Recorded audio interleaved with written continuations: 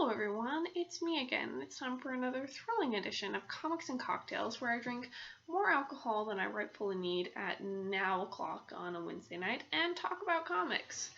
Today's cocktail is one of my personal favorites, it's inspired by a hot toddy in that it has, the same basic elements, but none of the finesse. It's tea and whiskey.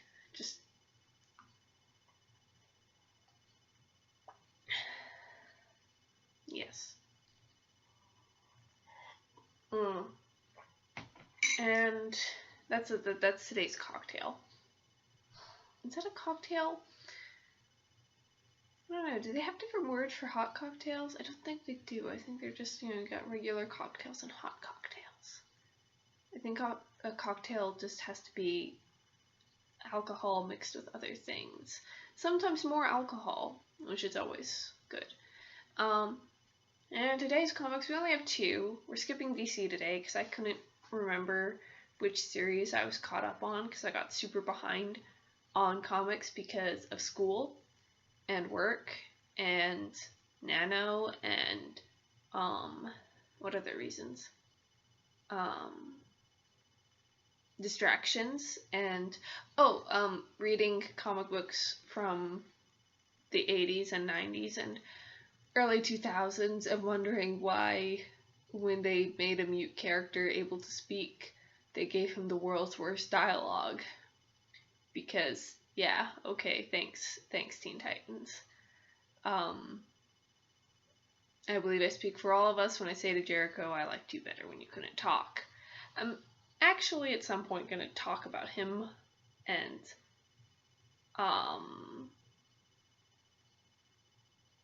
problematic tropes and like mental illness in comic books, but I'm going to do that while sober, which will be a sight because I haven't been sober on the internet since on YouTube since 2011 or something.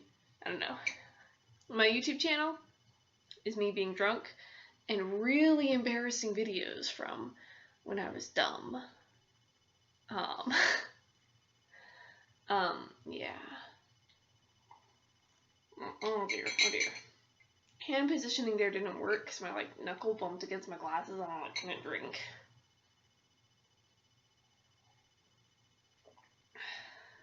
Okay, so on to the meat of the subject. But yeah, so no DC today, just Marvel and other.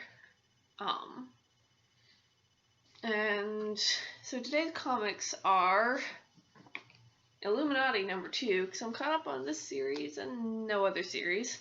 And my friend is super hyped for this series because my friend's super into Hood. And I'm mildly hyped for this series because I'm mildly into Hood. And also Black Ant. And I'm enjoying it so far. I won't necessarily describe it as good, but it's appealing to me because mostly because this happened, and this is Black Ant grew while inside somebody and exploded them, which is bad because it means, Eric's not he's a robot version of Eric. He's not in a very good mental state, obviously. He's kind of let me show you. Let me just give you an illustration of what's going on with Black Ant. There you go. That's what's going on. But it's a side of Pym particles that's not explored very often in comics because most of the people using them are obnoxiously good. They wouldn't hurt a fly good. And then people are always knocking side-chaining powers. It's well, no, he can shrink and grow from inside you and make you explode. He just doesn't usually, except Eric does, and I enjoy that. Rest of the series, I don't even know. I don't even care. It's theoretically building up to a heist, but it doesn't feel like a heist comic. I don't know what they expect us to, like, get out of villain protagonists in this one, because we're not really given any reason to root for these guys. Like, they're, bad guys win every day, why not us? So, well, okay, why not? I don't care, though. Like, you know, okay, like, take Dr. Horrible's thing along. Look, you have reasons to root for him, because he's an underdog, he's trying to, like, make it, well, these guys aren't underdogs, they're just, like, random villains, like, mostly, like, C-list villains, and Amora, for some reason, who outclasses every single one of the other villains in this by, like, 10 billion times. Like, see, I thought at first, like, maybe this was, like, the other Enchantress, like, the young one, but no, this is, like, genuinely Amora, I think, and it's weird.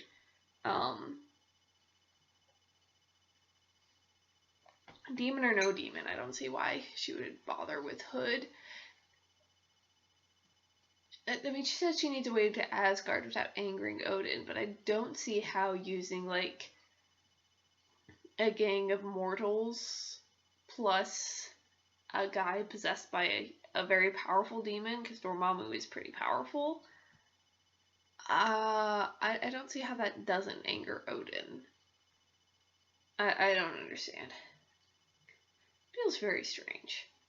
But Black Ant is awesome in it. And as a bonus, okay, so since Scott came back to life, every series he's been in, like, with the exception of, like, one annual, Hank has been barely mentioned and never appeared.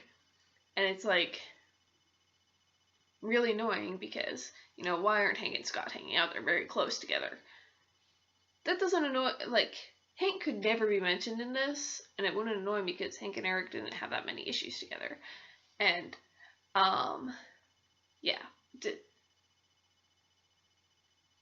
I'm tentatively optimistic still, which I think is the same thing that I had last time. I feel like it's at least not going to make me angry, this series. It might actually be fun, which is what comics are for, right? Fun and angst. And, now we have this series, which is Super Zero, which I don't remember subscribing to this series. It just I went to the comic book store, they handed me a pile of comics, I flipped through it, and I was like, well, I don't remember subscribing to this comic, but I bought it anyway because it was in the pile that they gave to me. It's written by our dear friend Amanda Condor, which I think might be why it ended up in my thing, because I subscribed to 2 other series written by her. But I don't actually like her that much, so it's kind of awkward, and I don't know what to do with this. Like, this is okay. I feel like it might be going somewhere. It has this scene. It seems to be like an ongoing thing with Amanda Condor. Is like, I feel like I should be offended by it, but I'm not. Where was it? Oh yeah, so, I mean, this girl who's, like, in high school, gets this homeless war veteran, a girly backpack and a rainbow hat, and he's like, oh, I'm not gay, and she's like, oh, well, not all rainbows are gay, and it's just, I don't know,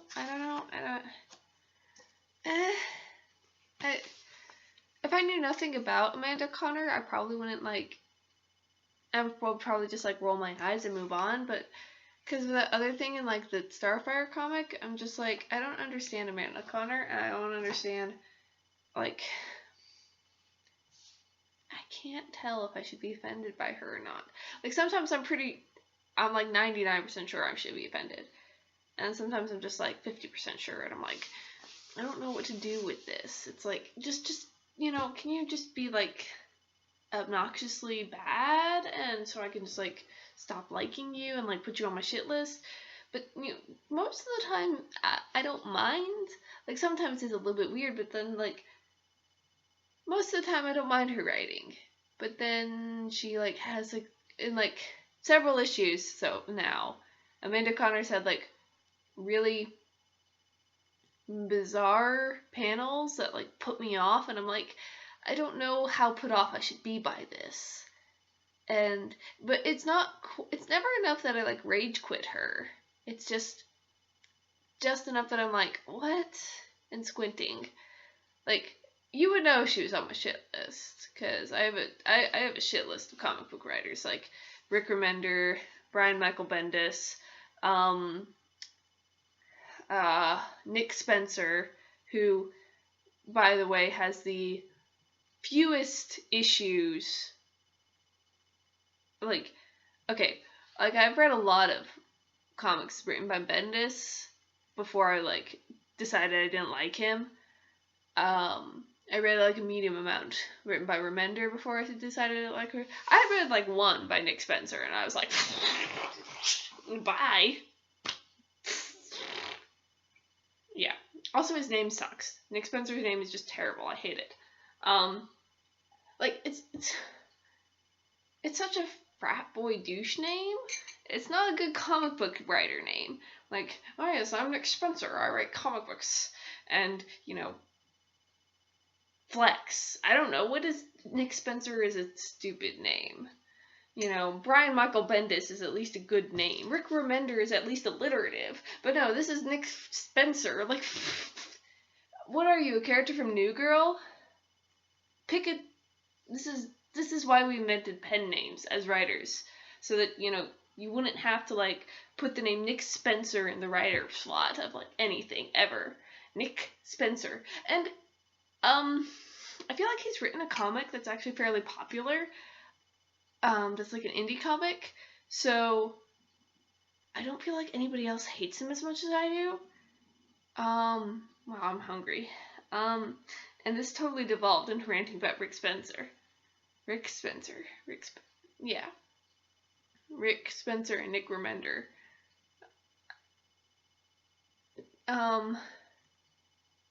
What other writers are on my like total shit list? Pretty sure I have some, but I can't remember. No, I know there's one more, definitely.